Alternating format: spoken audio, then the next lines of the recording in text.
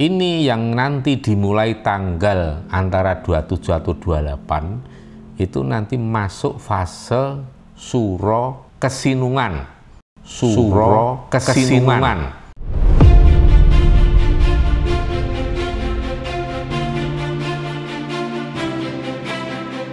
Itu yang kita lihat intensitas leluhur memberikan perintah. Dan ini sekaligus ingin Romo sampaikan bahwa nanti tanggal 19 kita ada dawuh agung untuk marak sowan pada saat surut dalem Kanjeng Panembahan Senopati di Pasaran Agung Kota Gede. Malam Jumat Pon tanggal 19 Juni 2025. Kita di lokasi jam 7:30. Dan ada satu dawuh lagi, yaitu dawuh Mahisa Larung atau Larung Kepala Kerbau. Nanti akan dilaksanakan tanggal 28 Juni 2025.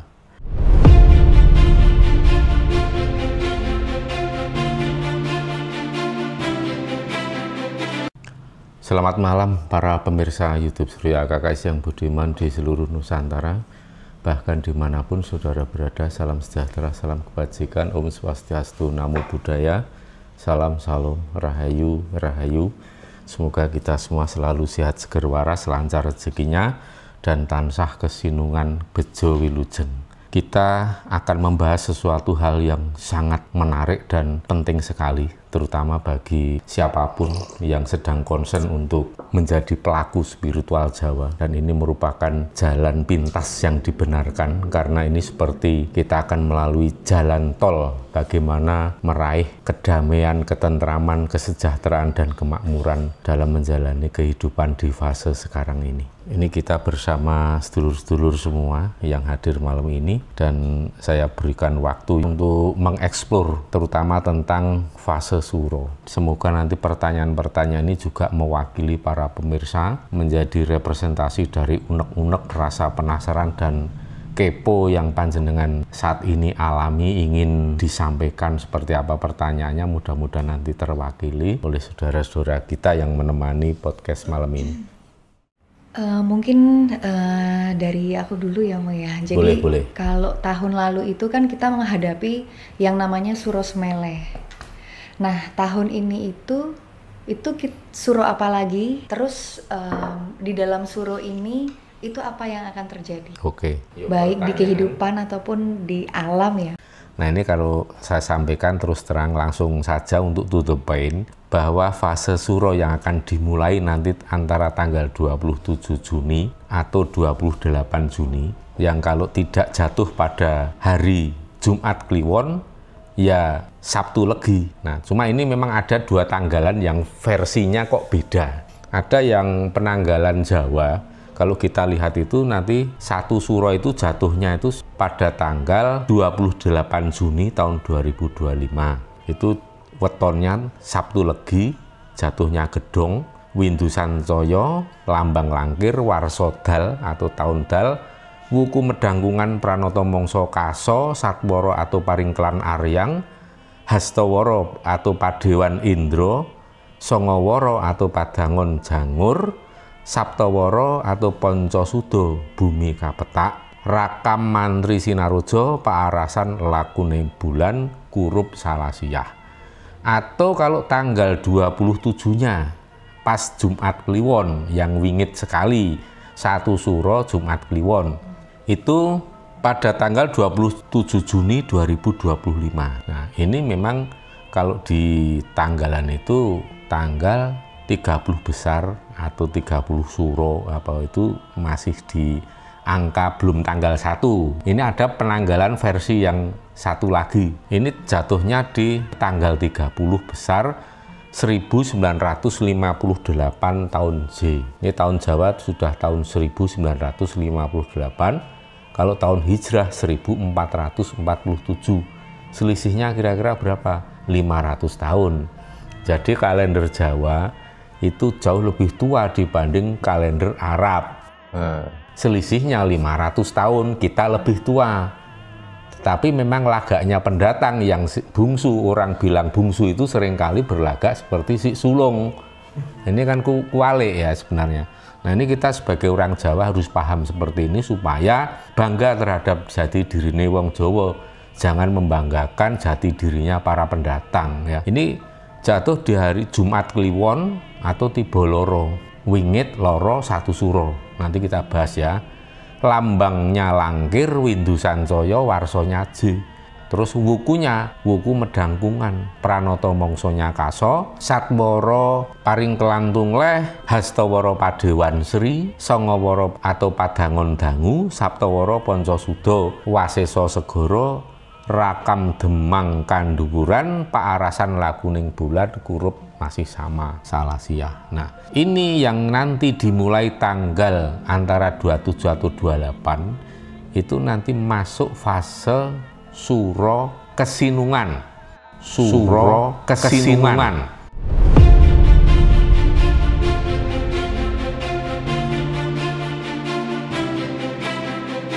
Nah, ini masuk Suro Kesinungan. Nanti kalau ada pertanyaan lebih lanjut, nanti setelah tadi kita selesaikan dulu 3 pertanyaan tadi.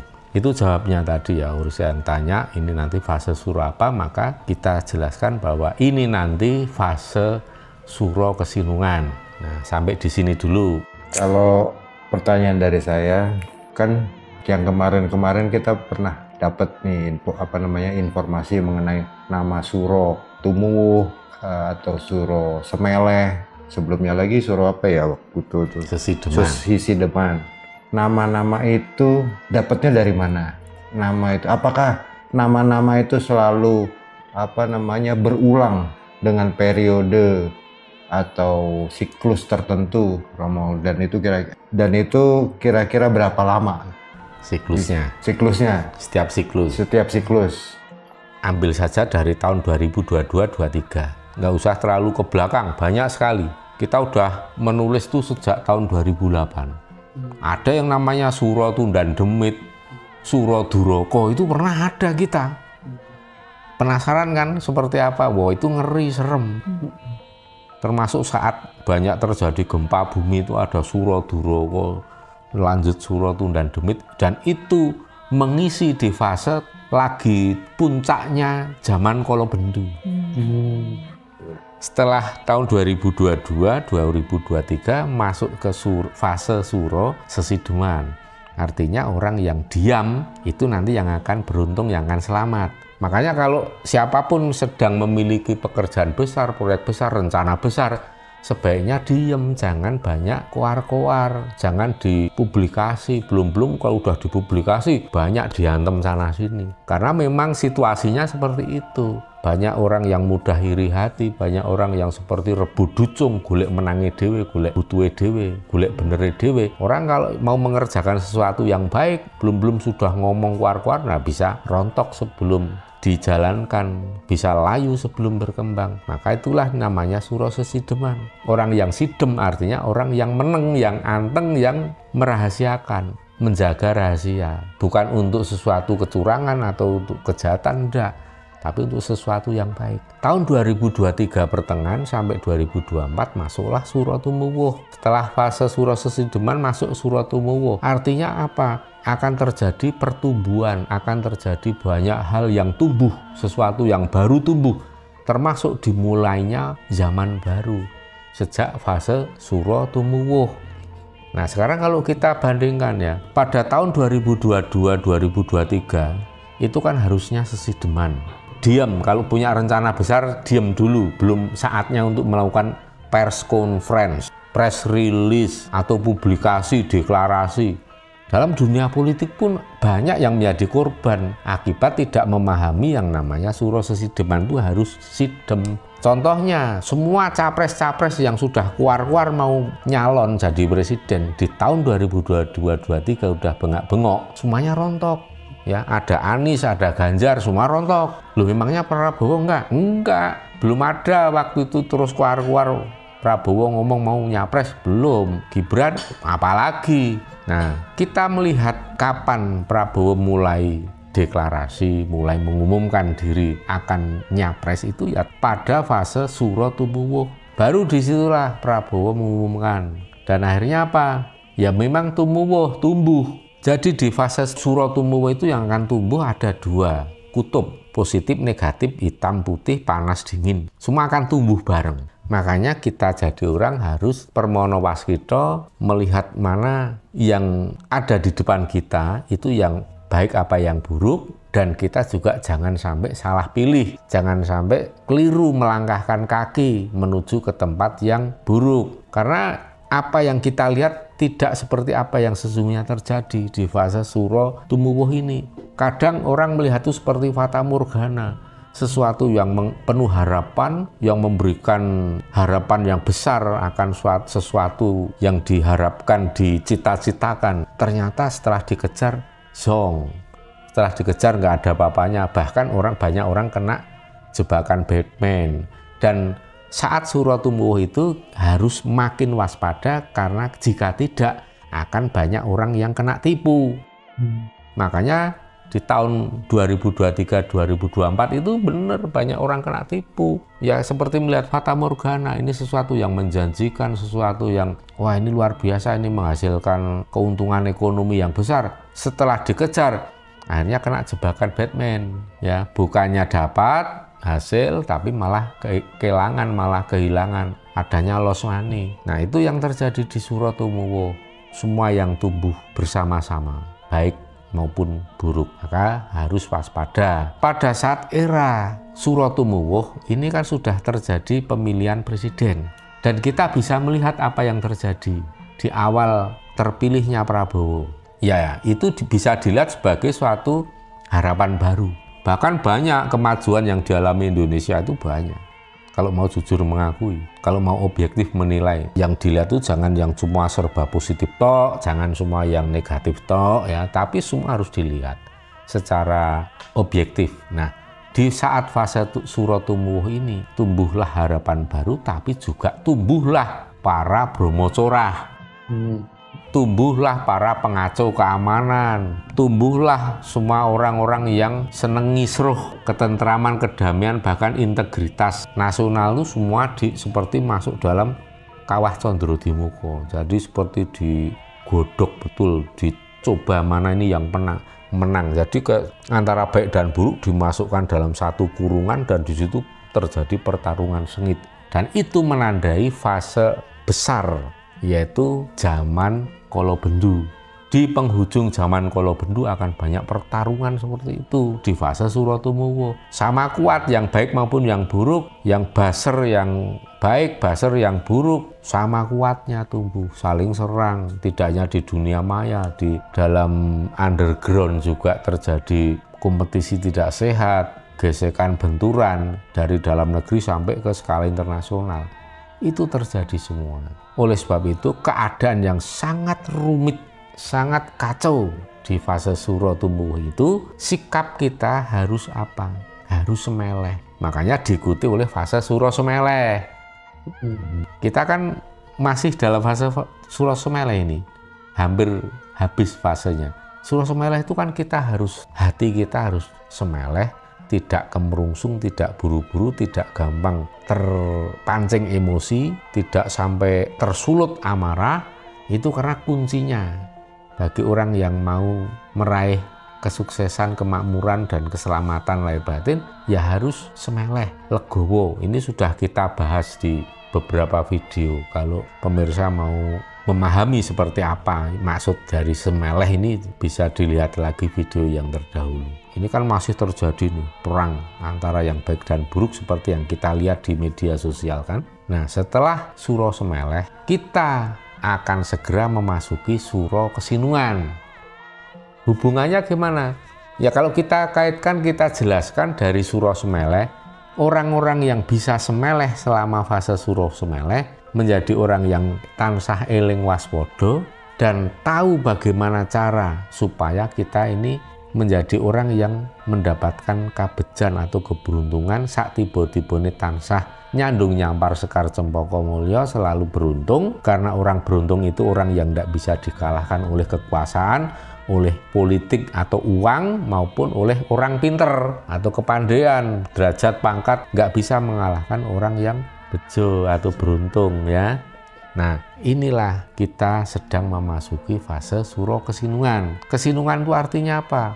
Kesinungan itu adalah orang yang terpilih dan pinilih, orang yang ditunjuk oleh alam, orang yang ketiban wahyu, orang yang akan mendapatkan pulung keberuntungan, orang yang akan terpilih untuk menerima suatu anugerah yang agung. Itu yang dimaksud kesinungan.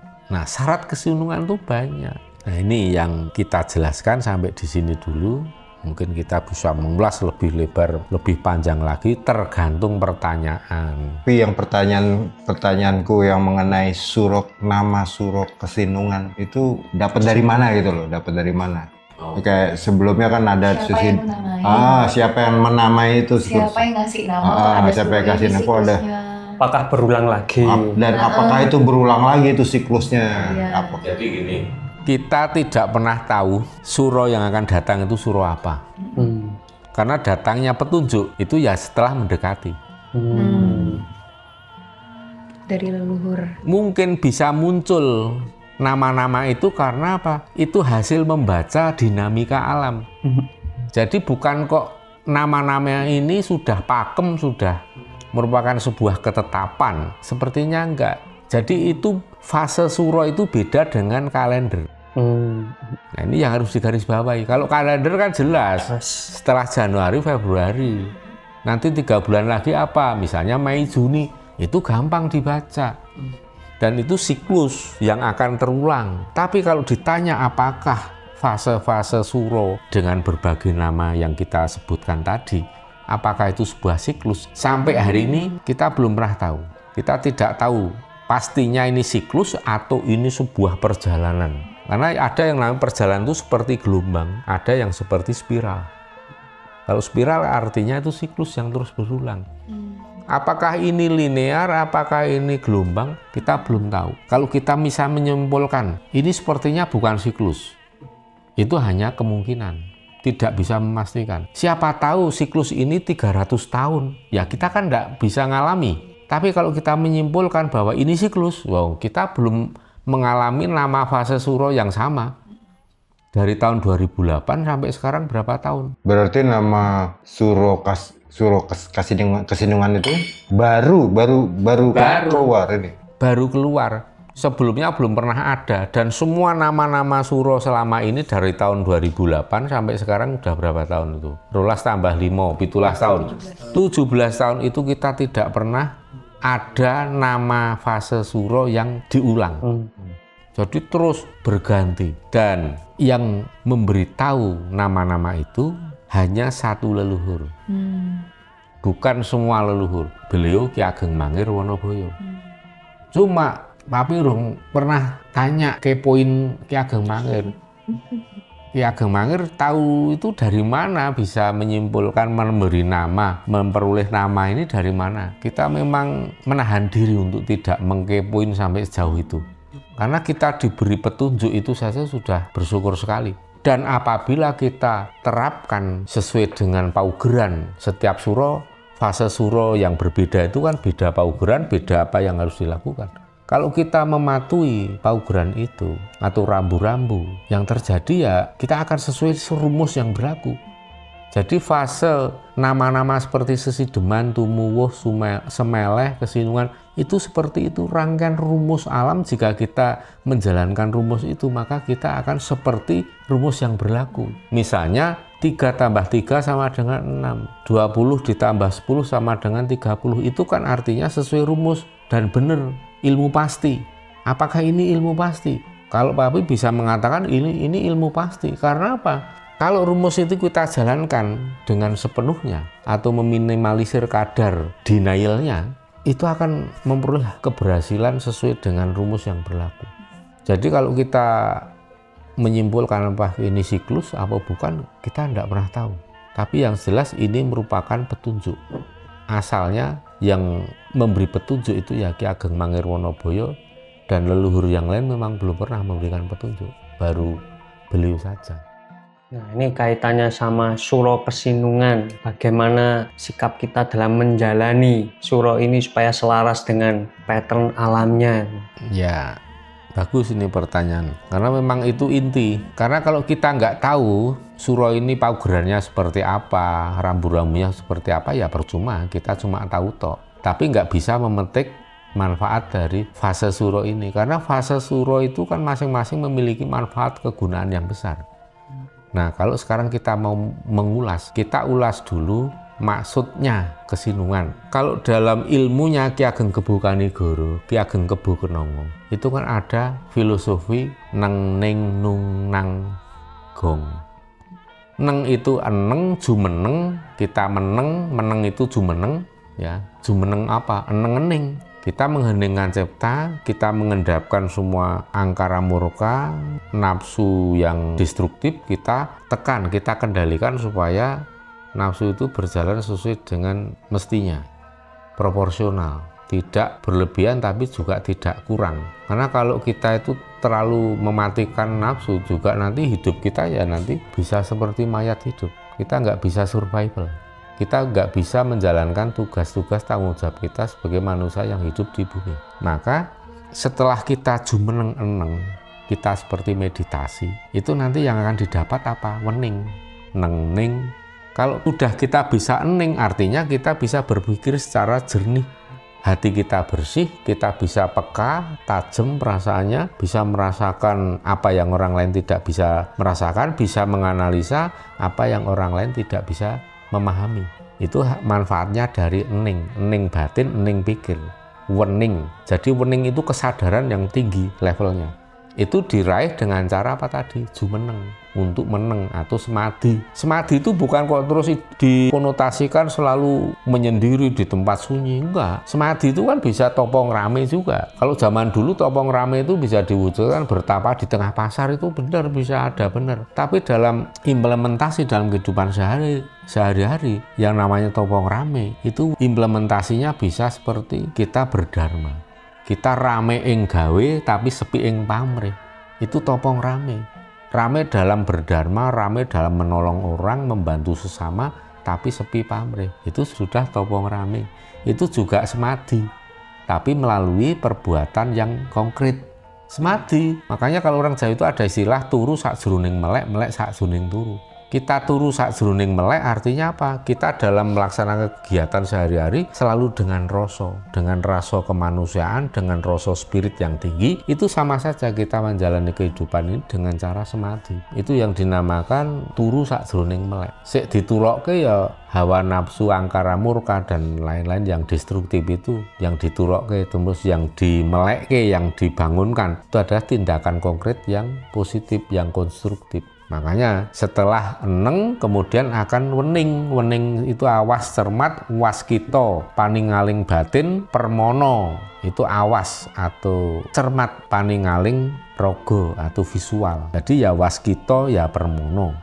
Sehingga tidak gampang salah langkah, tidak gampang ketipu, tidak gampang kena prank, kena bully, tidak gampang salah pilih, salah perencanaan. Jadi akan mengurangi failure, akan mengurangi error, akan mengurangi loss. Jadi semua bisa akurat, tatas, titis, tetes itu hanya bisa dilakukan oleh orang yang sudah wening.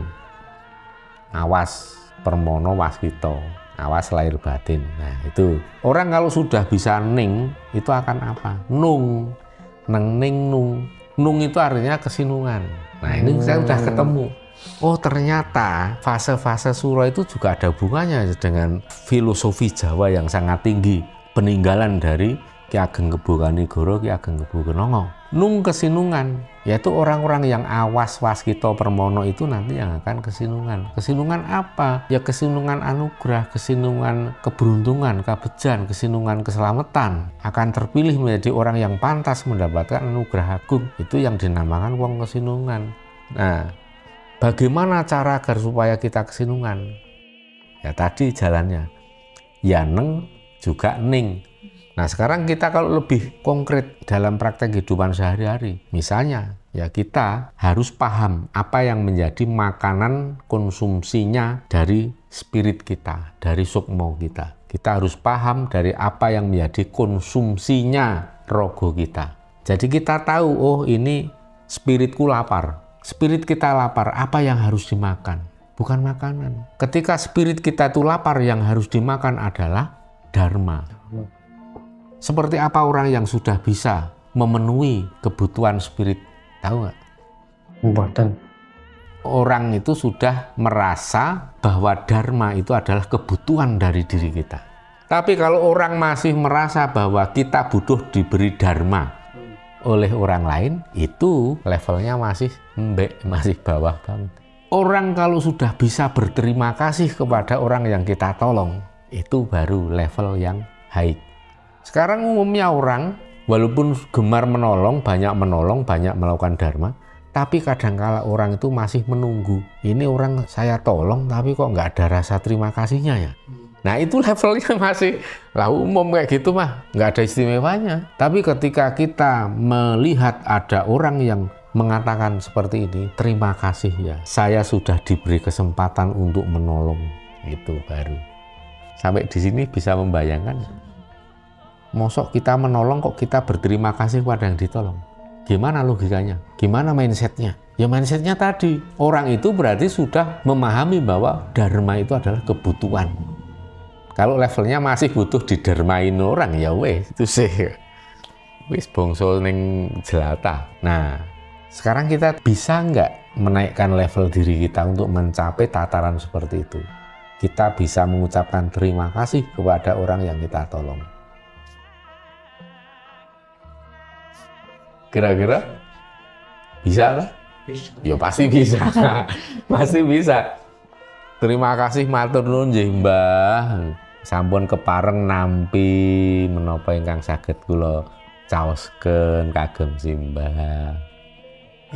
Lihatlah, ini di omongan semua ceramah Ustadz nggak ada yang pernah kayak gini. Kita bukan sok sombong-sombongan, enggak. Kita realistis aja.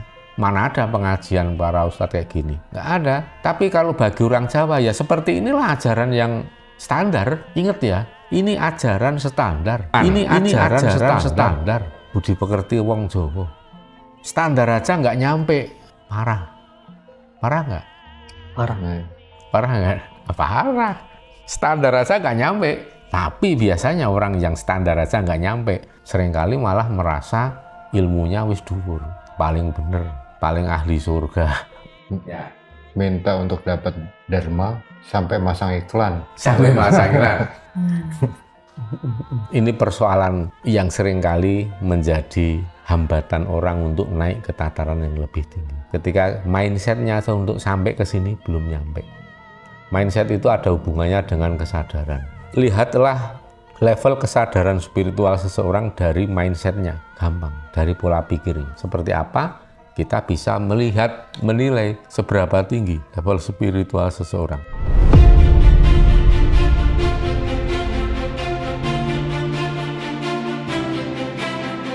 Sekarang kalau kita konkretkan apa yang menjadi syarat? Satu, perbanyaklah dharma. Yang kedua, kita harus lebih mendekatkan diri dengan kearifan lokal. Kenapa bukan agama? Ya karena kearifan lokal itu lebih objektif, tidak pilih kasih. Kalau agama kan ada, kamu bukan umat, kamu bukan golongan, kamu bukan sealiran. Tapi kalau local wisdom, monggo. Local wisdom itu karena ada nilai yang sifatnya universal, yang namanya welas asih, cinta kasih. Kalau memang you paham, silahkan. Maka itu yang harus kita utamakan di sini, dharma. Kemudian ada yang namanya local wisdom. Nah, local wisdom ini yang perlu kita angkat lagi seperti apa sih? Yang penting untuk menjadikan diri kita itu orang kesinungan. Orang yang kesinungan itu harus orang yang memang pantas kesinungan. Nah, ini hubungannya dengan evaluasi diri kita. Apakah diri kita sudah pantas menerima anugerah agung? Apakah diri kita itu sudah termasuk kategori orang yang kesinungan? Ya memang kadar kesinungan itu beda-beda. Ada yang kesinungan 1, ada yang kesinungan 2, ada yang kesinungan nilainya 10, ada yang 20. Masing-masing orang beda, subjektif ukuran kesinungan itu. Tapi setidaknya kita itu bisa memantaskan diri agar supaya menjadi orang yang pantas menerima kesinungan yang levelnya lumayan lah gitu. Nah, untuk meningkatkan level kepantasan supaya kita kesinungan itu, kalau dalam tradisi dan spiritual Jawa, satu yang namanya dharma, yang kedua yang namanya bhakti. Bhakti itu kok ada siapa? Satu pada orang tua, lanjut kepada para leluhur. Ya kan? Itu bhakti. Kalau bhakti pada orang tua gampang, caranya gampang. Orang tua masih hidup itu caranya gampang. Kita nggak usah menjabarkan di sini, pemirsa udah paham semua. Tapi untuk bekti pada para leluhur caranya gimana? Ya caranya datangi makamnya, dirawat, pasareannya dibersihkan, diberi bunga biar indah, biar bagus. Perlu ya sumeti dupa ya. Kalau doain leluhur monggo silakan, tapi jangan dari rumah golek penake dhewe, golek gampange dhewe, ngirit ragat biaya dari rumah sajalah. Ya terang nilainya beda. Leluhur akan jauh lebih menghargai kalau kita itu berjuang secara nyata, tidak cuman mulut tok. Kalau cuma mendoakan dari rumah semua orang bisa. Tapi orang yang bisa ke makam, ke pasarean, harus beli tiket pesawat, tiket kereta, harus nginep hotel, harus makan di jalan, belum yang lain-lain, kan banyak biaya. Tapi semua pengorbanan itu tidak akan sia-sia dan tidak akan ada yang hilang apabila kita lakukan dengan tulus ikhlas, dengan satu tujuan bahwa kita butuh berbakti. Sekali lagi, bakti itu adalah butuh diri kita. Bakti itu adalah kebutuhan masing-masing anak pada orang tua. Bukan kebalik, orang tua nggak butuh bekti anak itu, orang tua sebenarnya nggak butuh. Tapi anaklah yang butuh bekti pada orang tua. Nah ini yang harus diralat, harus dikoreksi bagi sedulur-sedulur yang selama ini masih menganggap bahwa orang tua itu yang butuh bakti anak pada ortu. Enggak, sebenarnya yang butuh bakti itu adalah anak pada orang tua. Jadi masing-masing anak kalau sudah menyadari seperti ini, nggak ada yang saling iri. Wah, cuma aku saja yang merawat orang tua, kamu cuma omong doang, bantu duit pun enggak, tapi cuma aku aja yang merawat orang tua. Pasti yang terjadi gitu. Tapi kalau kita masing-masing anak itu menyadari bahwa bakti pada orang tua itu adalah kebutuhan masing-masing anak, kita nggak peduli, cuek baiklah anak yang lain, saudara yang lain nggak berbakti pada orang tua kita, ya biarin lah, itu kesadaran urusan dia. Tapi bagi diriku bakti ini ya kebutuhanku. Inilah cara kita membalas budi baik orang tua, walaupun balasan sebesar apapun itu tidak akan pernah lunas. Sampai kita mati pun tidak akan lunas, karena ya hutang getih, hutang daging, hutang nyawa padha wae kan gitu. Gimana kita mau memberikan darah dan daging pada orang tua? Nggak bisa. Maka itu hutang yang nggak pernah selesai, hutang kepada orang tua itu. Maka rombaklah mindset bahwa bakti itu adalah kebutuhan anak kepada orang tua dan para leluhur. Jadi jangan berhenti pada orang tua tapi pada leluhur.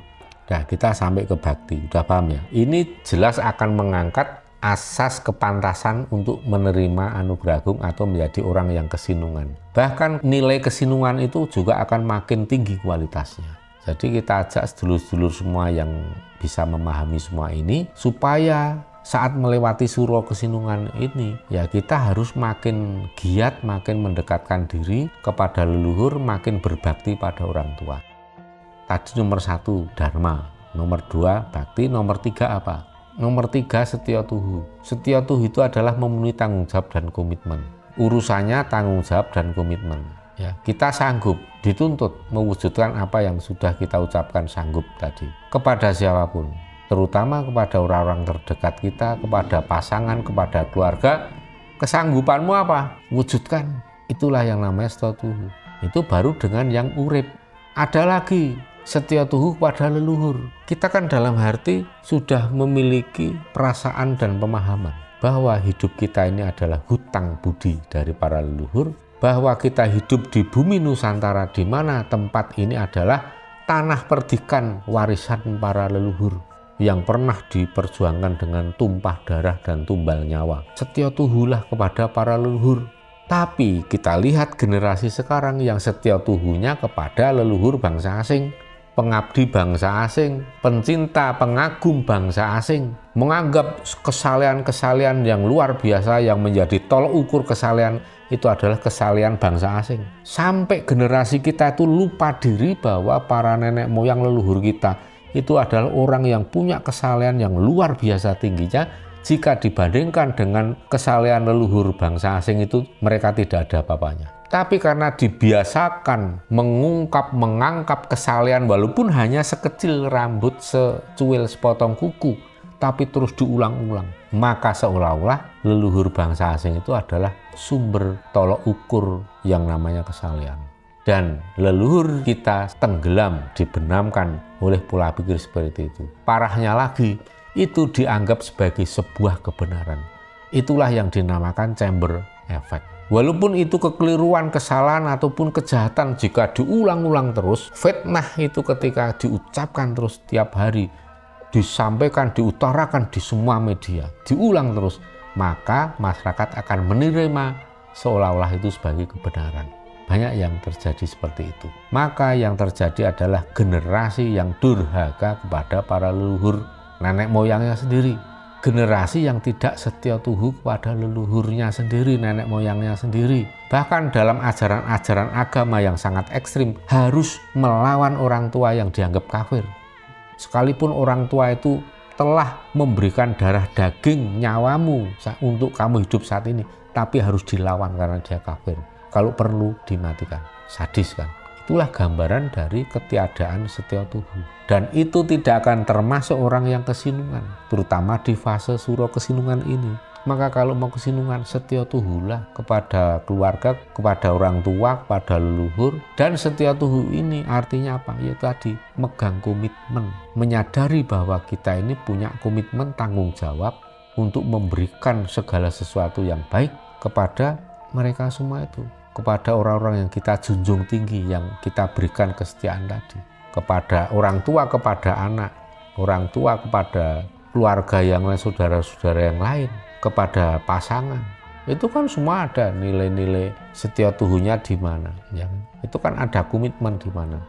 Di mana Anda punya pasangan, di situ ada komitmen yang harus dipenuhi. Itu namanya setia tuhu. Kemudian setia tuhu kepada para leluhur yang barusan kita uraikan tadi. Maka di fase suro kesinungan ini juga sepertinya akan sekaligus menjadi hukuman bagi generasi yang durhaka kepada para leluhurnya, dan akan menjadi momen yang istimewa, akan menjadi golden moment, golden time bagi generasi penerus yang setia tuhu kepada para leluhurnya. Ini tidak setiap orang bisa melakukan. Bahkan tidak setiap orang percaya. Bahkan banyak juga orang yang menganggap leluhur sudah nggak punya apa-apa. Kalau mau bekti pada leluhur cukup doakan dari rumah. Dan setiap kali mendoakan leluhur pun selalu diawali dengan pembukaan puji-pujian yang memuji setinggi langit leluhur bangsa asing. Puji-pujian yang memuji setinggi langit leluhur bangsa asing. Bahkan ketika orang sedang mau ziarah, mau nyekar ke leluhur besar, seperti raja-raja, bahkan orang tua sendiri, yang jelas namanya siapa yang kita ziarahi, tapi yang disebut dalam doa malah nama-nama leluhur bangsa asing. Pemirsa bayangkan semua, pejam mata bayangkan, Anda semua berniat untuk berbakti kepada orang tua, tetapi Anda tidak menemui orang tua. Kamu datang ke orang tua kandung, orang tua angkat, menghadap di situ, menghaturkan sembah baktiku kepada Pak siapa yang disebut tetangga sana, yang disebut orang di sana ujung antah berantah, yang tidak pernah ditemui, yang tidak ada hubungan darah, yang tidak ada sebangsa setanah air pun tidak. Seperti apa perasaan sebagai orang tua? Coba bayangkan Anda sebagai seorang anak yang melakukan seperti itu. Sekarang bayangkan Anda sebagai orang tua yang merindukan anak-anak yang merantau sudah puluhan tahun. Merindukan anak-anak itu menengok dirimu. Dan ketika anak-anak itu menengok dirimu dan anak-anak itu ternyata mendoakan tetangga sebelahmu, mendoakan dan menyebut orang-orang yang tidak pernah temui, seperti apa hatimu sebagai orang tua? Coba pejamkan mata, bayangkan. Sakit nggak? Sedih nggak? Tersinggung nggak? Itulah yang dialami leluhur saat ini. Gimana Nusantara ini mau ayom ayem tentrem, adanya Brahmacora yang baik seringkali digilas oleh Brahmacora. Karena kita sedang berada di fase di mana para generasi durhaka tidak setia tuhu. Dan mereka itulah orang yang bakal digiles di fase suro kesinungan ini. Apalagi jika nanti suro jatuh di Jumat Kliwon, tentu akan lebih sakral dan wingit vibrasinya. Dan akan lebih ganas menghakimi. Hati-hati, ini saya berikan peringatan ini kepada seluruh siapapun yang sedang menyimak video ini. Ini bukan ancaman dari saya, bukan. Ini ancaman ini ditebarkan oleh hukum alam semesta, hukum tata keseimbangan alam. Bukan mulut ini, bukan menungso ini bukan yang menebarkan ancaman, ini adalah semesta. Kalau nanti suro jatuh di Sabtu, Legi, Setu 9, Legi itu 5, jatuhnya 14. Tiba loro, artinya apa? Ya keloro-loro. Sebenarnya Jumat Kliwon juga, Kliwon itu 8, 8 runem 14. Sama ya. Sama nggak? Kalaupun jatuh tanggal 27, tiba loro, jatuh tanggal 28, hati-hati. Karena itu efek dari semua ini, kalau kita tidak mentaati paugeran dari suro kesinungan, ya Anda semua akan jadi orang yang keloro-loro. Dan satu lagi yang perlu kita garis bawahi, untuk mencapai atau untuk meraih menjadi orang yang pantas mendapatkan anugerah atau terpilih sebagai orang kesinungan, itu juga jalan yang ditempuh itu penuh dengan keloro-loro. Ingat nggak fase dari suro tumuwuh, suro sesideman, suro semeleh? Semua kan perjuangan ini bikin keloro-loro. Kita bekerja siang malam 24 jam, hasilnya sedikit. Banyak orang yang mengalami seperti itu. Beda dengan era kemakmuran. Bekerja dengan jam yang pendek, hasilnya besar. Bekerja sehari bisa untuk makan sebulan. Sekarang orang bekerja sebulan hanya untuk makan 10 hari. Keloro-loro nggak perasaan warga masyarakat? Tentu keloro-loro. Mana kebutuhan makin kompleks, harga-harga juga makin mahal, pasti makin keloro-loro. Inilah, kalau kita bisa tahan, kuat, tabah, bahkan bisa kreatif mencari celah, maka kita akan menjadi orang yang kesinungan. Nah, itu yang paling utama, itu 3 hal itu tadi.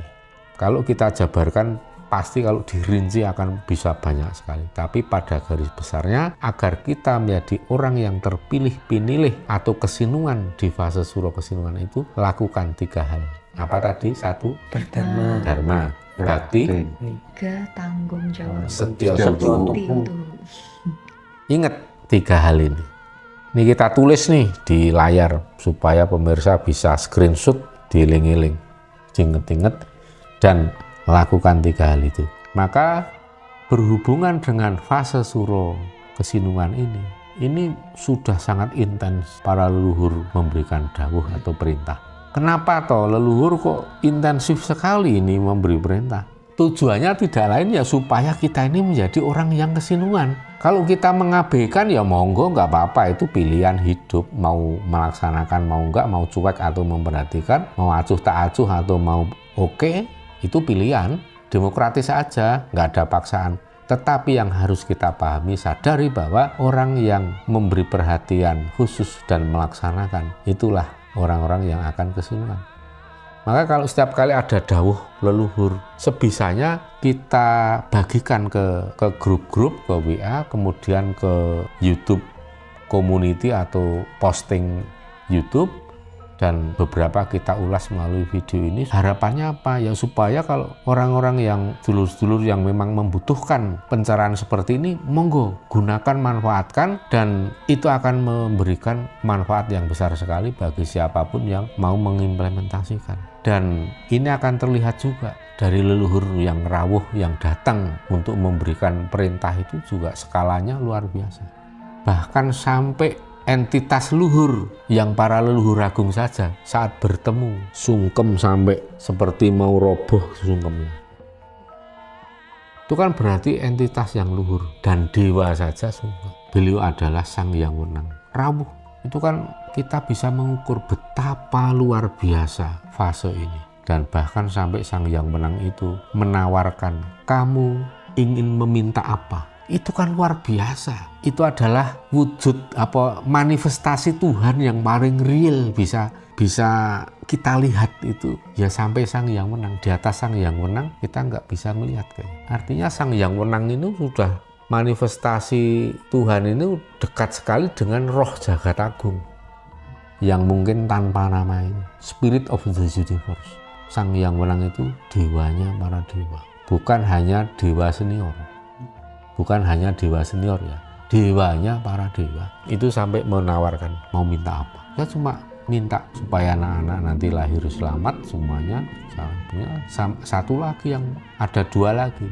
Saya ingin menjadi orang yang makmur lahir batin, supaya saya bisa lebih banyak memberikan, menolong ke banyak orang. Dan itulah cara prihatin bagi orang yang kaya hati, kaya ilmu, kaya harta. Jangan salah, orang yang kaya raya, kaya harta, kaya ilmu, kaya hati itu bukan prihatin. Itu justru menjadi alat untuk melaksanakan laku tirakat atau prihatin, yaitu dengan cara gunakan hartamu, ilmumu, hatimu itu untuk berdharma. Prihatine wong ora kok identik dengan ngelih, menderita, sengsara. Enggak seperti itu. Kalau cuma orang ngelih ya, bertapa, itu kan prihatin untuk diri sendiri. Melatih, menggembleng. Kalau kita nggak makan sehari, manfaat untuk orang lain apa? Nggak ada. Yang ada malah warung-warung rugi. Ora ditukoni beras. Itu yang kita lihat intensitas leluhur memberikan perintah. Dan ini sekaligus ingin Romo sampaikan bahwa nanti tanggal 19 kita ada dawuh agung untuk marak sowan pada saat surut dalem Kanjeng Panembahan Senopati di Pasaran Agung Kota Gede. Malam Jumat Pon tanggal 19 Juni 2025. Kita di lokasi jam 7:30. Dan ada satu dawuh lagi, yaitu dawuh Mahisa Larung atau Larung Kepala Kerbau. Nanti akan dilaksanakan tanggal 28 Juni 2025. Itu perintah, bahkan yang perintah itu ada yang pertama itu Kanjeng Ratu Kidul utusan Nyai Nitipiro. Kalau sebelumnya itu kan utusan Nyai Blorong. Utusan yang kita melaksanakan bikin kolak kencono, kita umumkan itu ketan salak, itu Kanjeng Ratu Kidul mengutus Nyai Blorong untuk membuat kolak kencono ketan salak. Terus yang kedua perintah Mahisa Larung nanti tanggal 28. Tanggal 28 itu yang menentukan Romo sendiri, karena beliau tidak menentukan tanggal, tetapi laksanakan di awal-awal bulan Suro. Jangan sampai kelamaan. Karena jika tidak ya gawat. Arti gawat ini apa? Tahu sendiri. Tahu sendiri. Karena bukan gejolak manusia saja, tapi alam tentu juga punya gejolaknya sendiri nanti. Maka Romo pilih tanggal 28. Memang masih awal banget kan itu melaksanakan Mahisa Larung. Yang diperintah untuk menyampaikan itu awalnya Nyai Nitipiro, yang juga wujudnya ular sekitar panjangnya 30-an meter, diameter sekitar 60-an cm. Tapi bisa toto jalmo, bisa bicara bahasa manusia, basa Jawa halus bisa. Itu Nyai Nitipiro. Yang satu lagi kan ada yang seperti itu wujudnya, namanya Nyai Sedah Mirah. Tapi yang rawuh waktu itu Nyai Nitipiro, dan Nyai Nitipiro menyampaikan bahwa nanti Kanjeng Ratu Kidul akan rawuh sendiri untuk menanyakan kapan akan dilaksanakan. Dan itu sudah rawuh, sudah menanyakan kapan ger arep ngleksanakake dawuhku samangke surya kaping 28 utawi surya kaping 1 utawi kaping 2 wulan Suro. Oh iya nggih, tak tunggu. Sapa wae sing nderek, siapa saja yang ikut, baik yang tidak langsung maupun langsung. Kalau tidak langsung biasanya menitip ulu bekti atau urun untuk membeli kerbau dan kepalanya itu. Nah kan ya cukup mahal lah, sekitar 21-an. Tapi kalau beli semua kan nanti kita bisa menjual dagingnya yang ini, kita dermakan atau kita jual bisa ya kurang lebih antara 17 sampai 21 itulah. 17-21 jutaan lah. Dan kita tidak pernah merasa berkecil hati, merasa nggak punya duit walaupun sekarang belum megang sama sekali. Tapi itu akan selalu ada, karena leluhur itu akan memberikan kemudahan dan akan memberikan restu doa, akan memberikan limpahan rezeki bagi siapapun yang memang sudah berniat untuk ikut andil. Dan semua itu tidak akan ada yang hilang. Disadari atau tidak, berapapun yang kita keluarkan itu nanti biasanya yang sudah-sudah itu akan berlipat ganda. Setelah itu kita merasakan manfaat yang berlipat ganda. Jadi kita akhirnya menyadari bahwa kemarin yang kita keluarkan itu terlalu sedikit, nggak seberapanya dengan anugerah yang kita dapatkan setelah itu. Biasanya orang mikir baru sadar kemudian. Semua akan kita laksanakan, baik yang nanti tanggal 19 surut dalem Kanjeng Panembahan Senopati, di Pasaran Agung Kota Gede jam 7:30 malam sampai selesai. Dan nanti untuk tanggal 28 Juni itu kita laksanakan Maisolarung di Parangkusumo, dan jamnya seperti biasa mulai jam 14 sampai selesai. Dan biasanya kita akan melakukan prosesi itu setelah menata semua, setelah briefing dan lain-lain, itu biasanya 3:30 atau jam 4 kita sudah bisa melaksanakan. Dan sebelum jam 18 atau sebelum petang itu udah beres semua. Itu hari Sabtu ya, Sabtu Legi malam Minggu ya, Minggu Pahing. Ya mudah-mudahan nanti banyak yang bisa ikut dan bisa ngalap berkah atau bisa kesinungan sawab donga pangestu dari para entitas luhur seperti beliau Kanjeng Ratu Kidul, karena beliau itu adalah entitas bidadari atau dewa yang feminin. Ya, gitu aja nggih sedulur-sedulur. Terima kasih atas segala atensinya, dukungannya, supportnya. Nanti bagi yang mau ikut 2 agenda besar itu monggo silahkan, nanti kita bikin pengumuman atau posting di YouTube Surya KKS. Dan sebagai penutup saya sampaikan, wilujeng rahayu kang tinemu, bondo lan bejo kang teka saking kersaning Gusti, Suradira jaya ningrat lebur dening pangastuti, rahayu sagung titah dumadi, jaya jaya wijayanti.